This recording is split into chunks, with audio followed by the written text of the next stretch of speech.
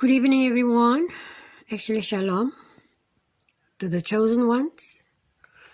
I just want to start with a blessing because I think we all need, in these days and times, we all need blessings.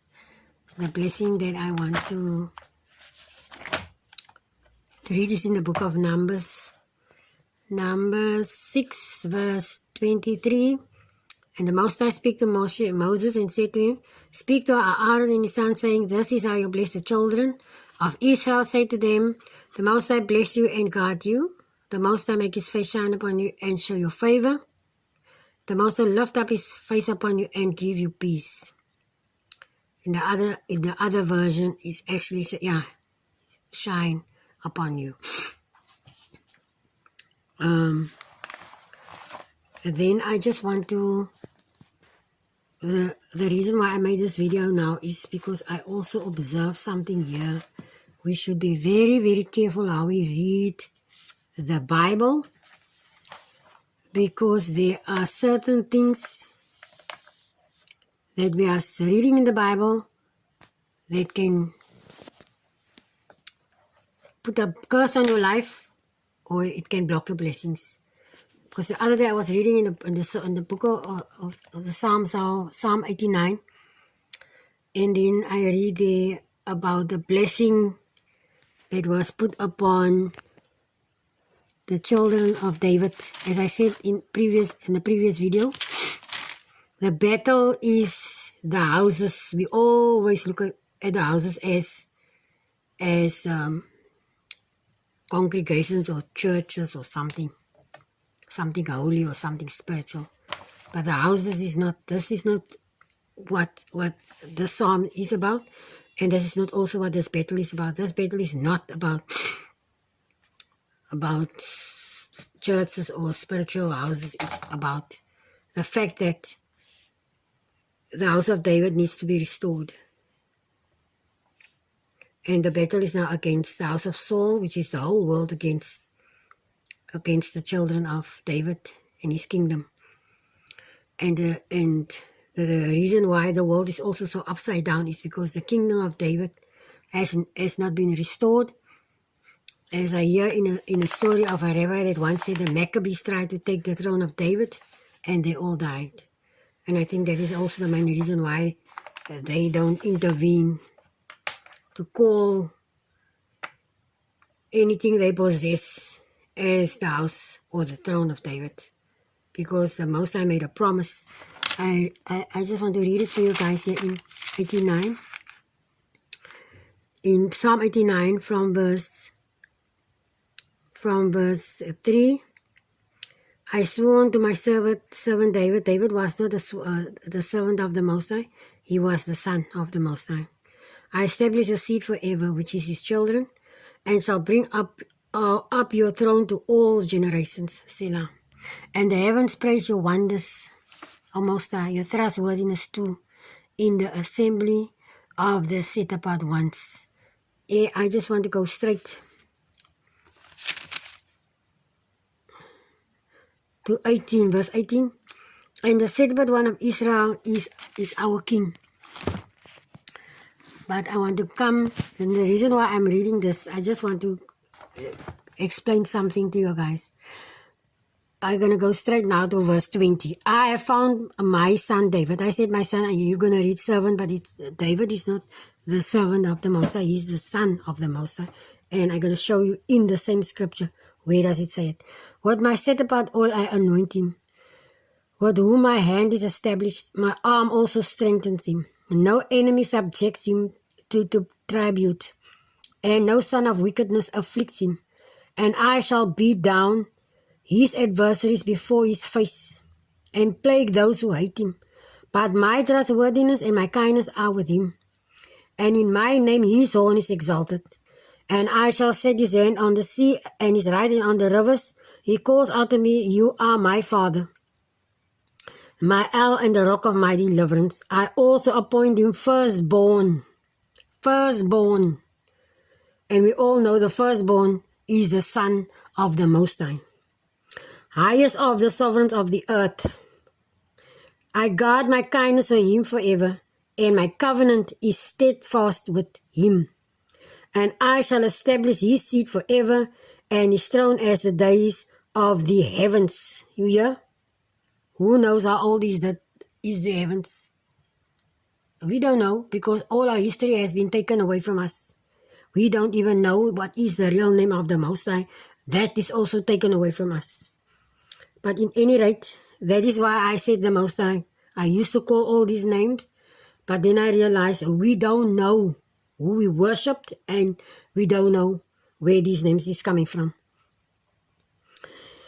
And the other thing that I want to emphasize on is the fact that then you go to, you ended 20, I ended at 29. If you go from 30 down, then the rejection and the curses and all the horrible things is following.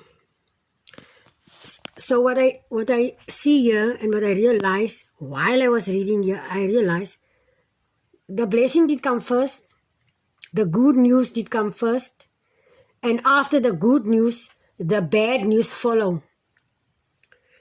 So immediately when you receive the good news, you are excited to hear that the throne is going to be re-established. And immediately when the bad news follows, all the excitement is gone. And what I realize now, while you're reading the good words, you call a blessing upon yourself. And the moment you start reading the negative news or the bad news, you cancel out the good that has been given to us in the first place. And I realize it's for quite some time that I realize we should be careful how we read the scripture, and we should be very, very careful who we bless and who we curse, because we have no idea.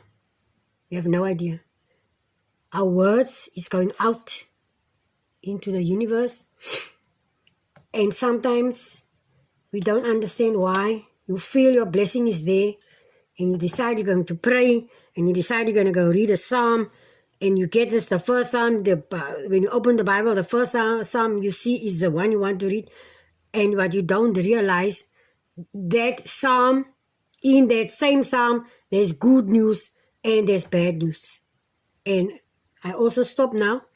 I decided when I see the portion where I see the good news, I put my name in there, I accept the good news, and I just stop there.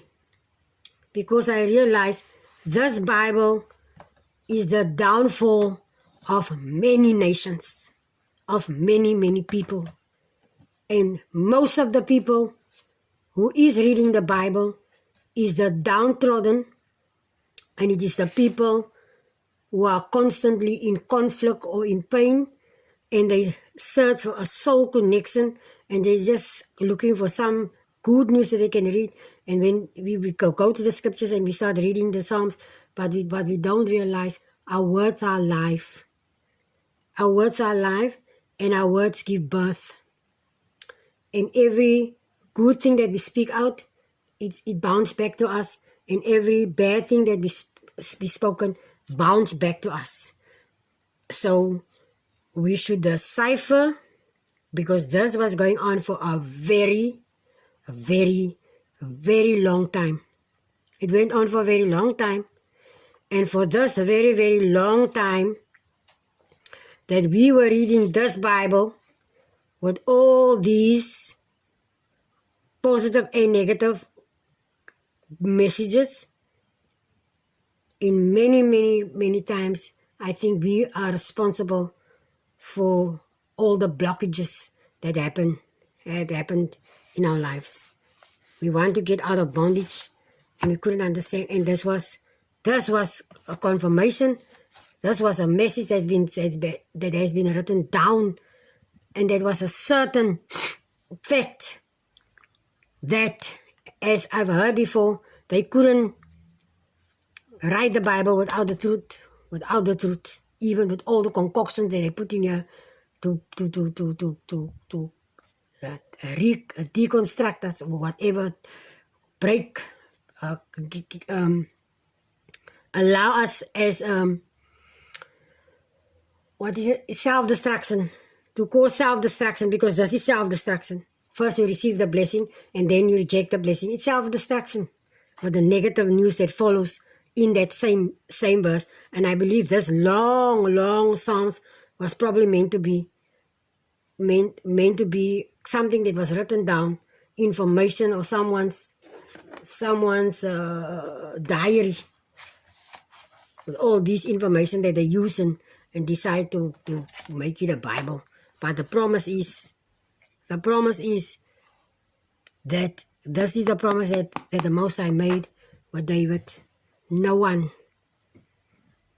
can erase it but us, with our words, with our powerful words. So that is why you must be careful. Decipher the Psalms, and first, before you start reading, read in your mind through it first, and then afterwards you can decide if you want to read it. Yes, another one that I also find: give ear, O shepherd of Israel, who leads yourself like a flock, who dwell between the cherubim, shine forth before Ephraim, Benjamin, and Manasseh. Stir up your might and come and save us. Cause us to turn back. Cause us to turn back to our country, not to Elohim, to our country, and cause your face to shine. His face is shining every day, that we might be saved. And the Most High of hosts, you see, how long shall you be wroth? When was he wroth and why? When was he wroth and why? Because none of us can remember what really happened to us. Bits and bits of pieces is coming to the surface. But slowly but surely, the things is coming to the surface. Today I was speaking to my grandchildren, and I realized what I was talking to them about, all the unjust and how we'd rather see our life in a positive way, create the life that we want, create the positive life that we want. And that moment when I was speaking to them, I realized how they erased our memories. They erase our memories first by taking our furniture out of our houses, because they come here to us and they tell the people, you can buy new furniture and then you can trade in your old stuff. And in that old furniture, there was long memories. That was furniture that come from the great, it's from the beginning. And all the memories, every time you touch a cupboard, you remember what did your mother say, what did your grandmother say. All those words is penetrating in that furniture. They took the furniture away. Then they take you out of the area, the familiar area to stay, and they rebuild that from area, so there's nothing that you can go back to. And so your memories get erased bit by bit, until everything is gone. And the type of food that they gave us, and how did they come to collect our old Bibles? Because the people write down the history in that old huge Bibles, their names and what year they were born, and what year their grandmother and their grandfathers, that was their books. But at the end of the day, you take the pictures, but pictures also was getting lost. Family twist and stuff. But that was how they erase our memory. Your house is not the same house that you were born in. Your area that you stay in is not the same area. That is how they erase our memories. With these types of things, build cities upon cities, so that you can't go back and tell your children, here was the time, there was the area that I was staying in when I was this age, and here's the area where I was staying. Because every area I wanted to take my children to, the area where I was born, the area that I was raised in, the area that I was growing up, where my mother was staying, all those areas has been changed and renewed and rebuilt. And that is what they do since the beginning of the time, that they come and take what was taken away, what was ours. So we should be careful how we read this Bible. We have to remember, these Bibles have been rewritten so many times. And so many things was taken out of it, and so many things is added in here. And when you receive the good news first, immediately after the good news, the negative news is coming in. And I believe I just decided I'm gonna stop. I'm just gonna focus on what is positive, because I realize by now, we all realize now, that our mind and our thoughts has been penetrated, and so many things is that we did wasn't from ourselves. So many things, and that we reach that level of we can forgive ourselves. We understand the forgiveness part, and that we don't have to accept. We don't have to accept anything anymore. And I told my children also this morning that you can't judge a person even. You can't judge a person. You can't judge a person. You see a person hit another person by accident. All you see is that person did fall and the other one did hit him. And you know that person, he was never a violent person, and all of a sudden these kind of things happen to him. No. You can't judge him. You have no idea what stirred him to that action. Because your judgment is not going to be clear. It's the same with it's not that you don't want to take responsibility, but you how accurate is your witness. The same with statistics. Statistics is not accurate. You can't take 5 children from every culture and decide this is the outcome of that is your outcome. That is your outcome. This is the outcome, and this is the result of what statistics bring to the surface. That is their outcome. It's not accurate. It's the same with proof. Proof can also be concocted. Proof can also be concocted. They can prove you in this book it was written by that one and by that one and that one and that one. Nonsense. They can concoct all that things. They can concoct the truth. We know by now who they are. There is no proof. We can't trust that proof that they have, because they collide as one. They collide as one, and they will all tell you the same story. And deep down in your heart, you know for a fact that story is a lie. Even if there's 50,000 who tell you the same story. Remember Micah?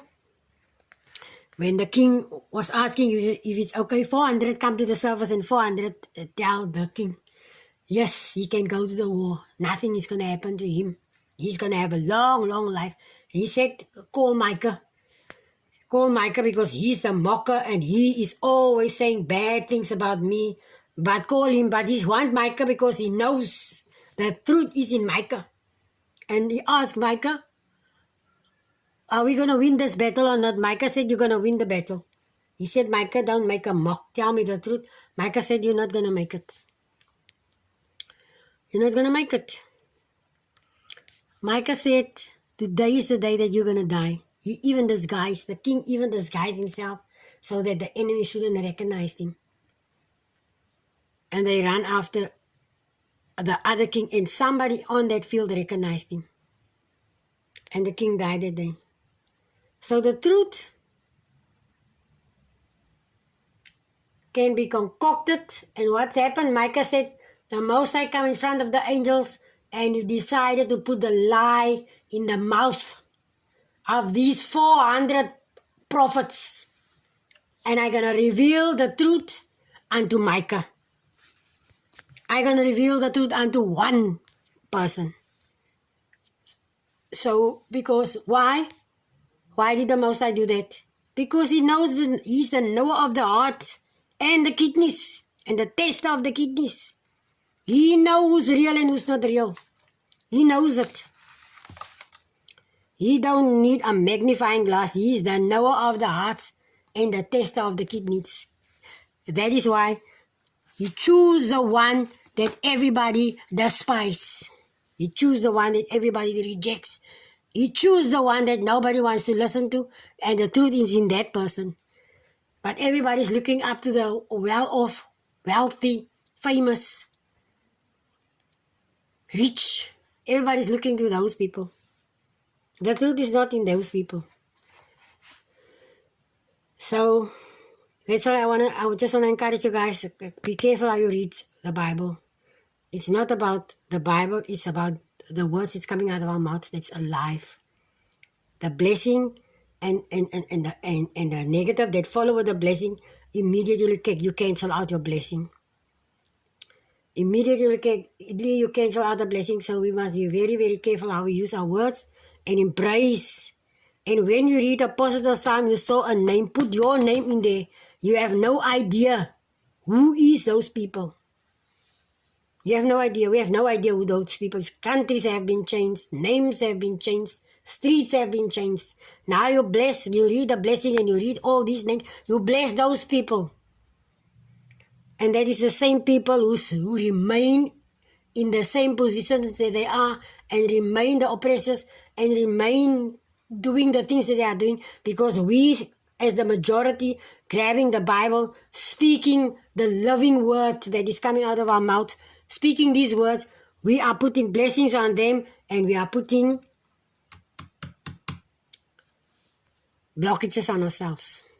So that is my message for the chosen ones, for the people out there, anybody who like to listen, or even if it's one person, for me it doesn't matter. One person is similar to 1,000 people. 1,000 people is similar to one person. This message is for the one who needs to find it. So thank you very much. You can like, you don't have to like, it doesn't matter. Thank you very much.